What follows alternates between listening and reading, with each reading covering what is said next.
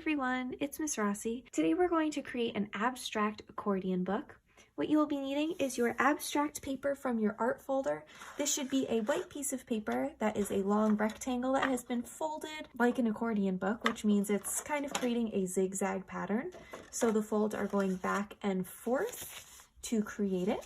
So if you don't have this paper at home, you can just take a rectangular piece of paper and fold it back and forth to create kind of the same zigzag effect. So you're going to be folding over and then under and then over and then under until you get to the end. You're also going to need a pencil and an eraser. We're only going to be sketching out our project today, and then we're going to be adding color and things next week.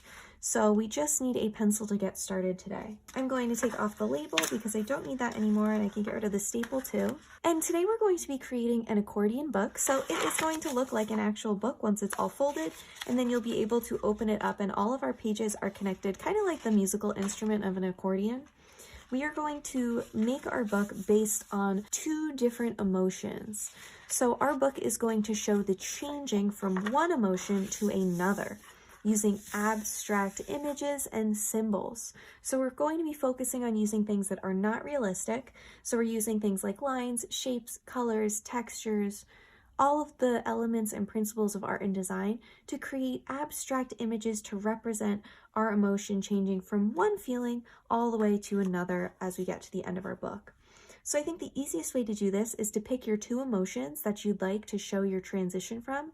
So maybe you want emotions that are opposites, like happy and sad, or maybe you want something a little more similar, like calm to content, or frustrated to angry. You could pick any two emotions that you would like. Once you have your two emotions, I think the easiest way to go about this is to start by drawing your first emotion in your first little panel here, so that first little rectangle space, and then your other emotion in your last panel, that last little rectangle space over there. And that will give you two bases to work off, and then everything in these center 3 pages is going to create more of our transitional sections where we're going to actually show our one emotion changing and morphing into the other.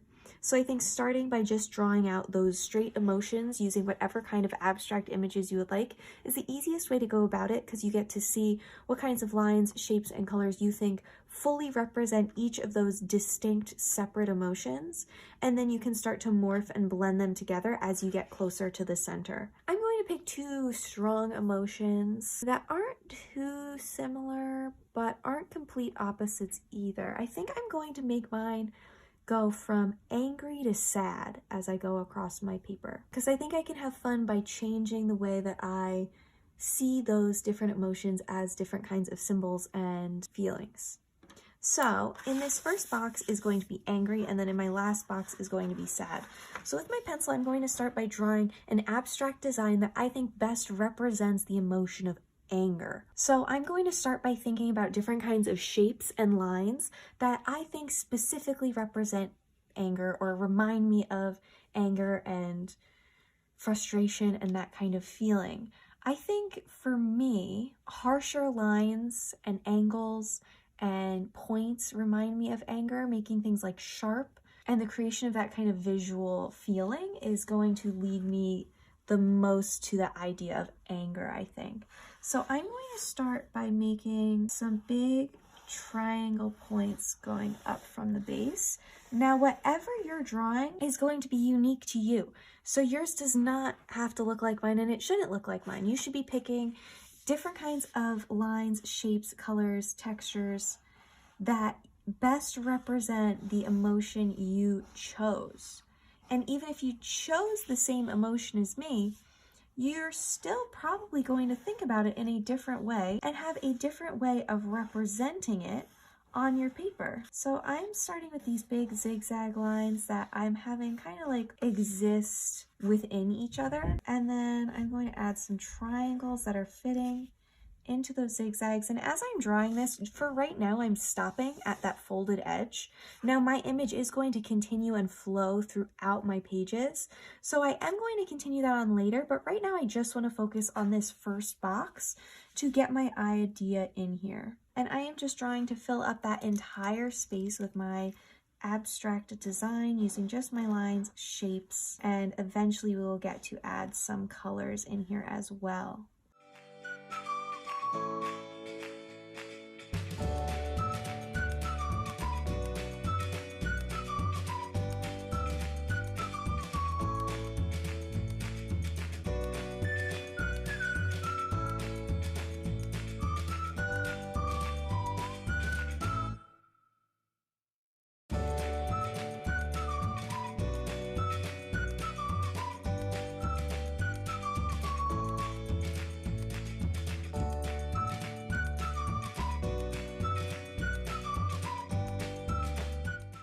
I feel like anger is a very strong emotion and there's a lot going on, so I'm really going to fill up this entire space with extra lines, details, and little moments to make it almost like too busy and too overwhelming. And it doesn't have to be perfect because this is just our sketch, so we are going to kind of build off of this next week, add color, and other details as well. All right, so that is my first section that I am using to represent anger. Now I'm going to jump down to my last panel here on my page, and this one is going to be my sadness panel.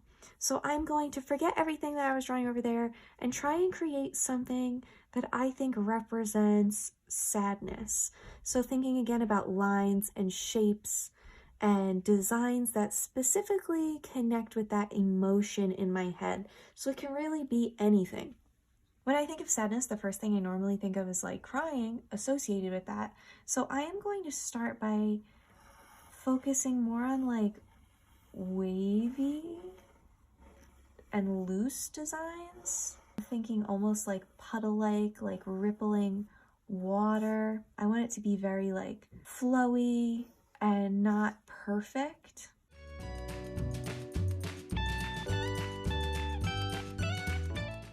And I think I want this to be a little bit more simple. I feel like the chaotic energy I was feeling with the anger emotion doesn't exist with my sadness box. So I want these lines to be more spaced out, a little bit more separate to help create that different feeling.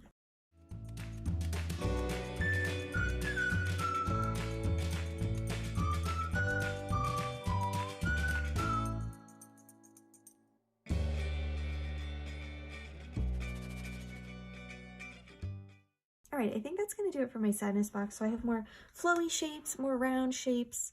It's definitely not as harsh as my anger box that I made in the beginning. And now I have these 3 center panels to show the transition from one emotion all the way to the other. So looking at the 2 designs that I have here, I can fold my paper so you can see it a little better. So looking at these 2 designs that I have, I can try and pick out connections that I see that exist in both.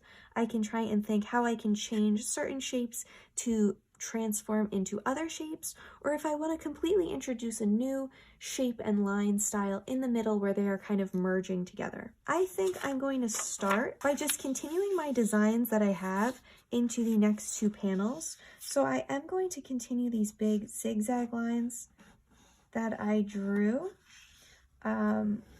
into this next box. Now I'm going to let those start to get a little bit wider and not as aggressive looking and not as sharp, because that sharp quality, that like pointy quality that I spoke about in the beginning was something that I really associated with that feeling of anger. So I want that to start to change and dissolve a little bit as I'm switching into my next emotion on the other side. So I'm going to stop with those lines and come over here and start to play around with the kind of big wavy lines that I have here. And in the same kind of sense, I'm going to carry these over and carry these big blob shapes over into my next section too.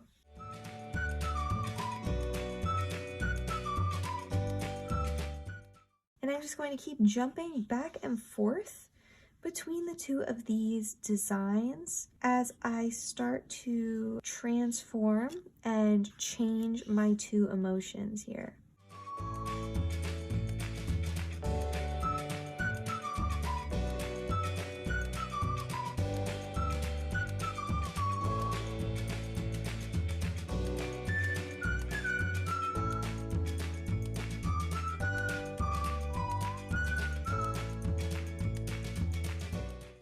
So now I've even brought in some of my shapes. So I have those triangle shapes coming into my next section.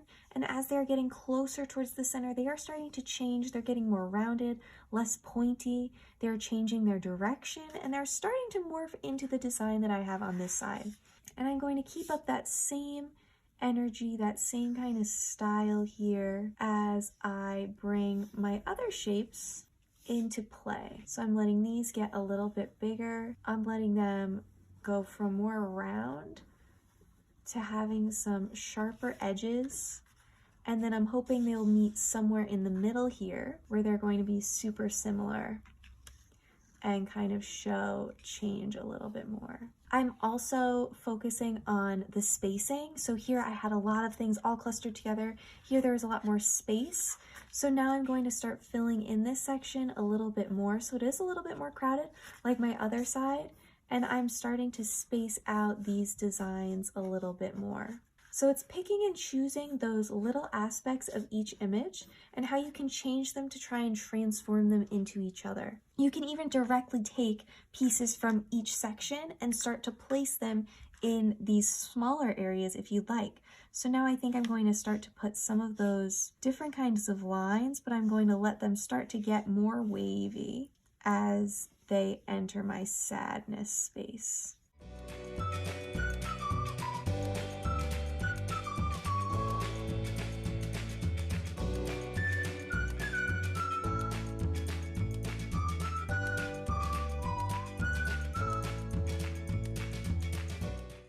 And now in the center, I'm going to have both of those emotions merging together completely so I can start and pick and choose things from both sections and place them in the center panel. I can carry these lines over so that they connect.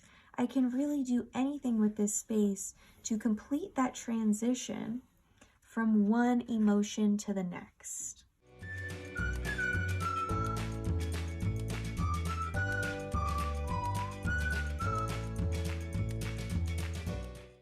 I do apologize, my camera did cut out for the center part of that drawing, but I was just taking those same shapes, lines, and ideas and morphing them together, letting them meet and show change right in that middle panel to fully complete my sketch. Once you're done with your sketch, you can save your paper in your art folder because we are going to add color and finish these up next time. Since we are going to be working on these next week, you do not need to submit anything today.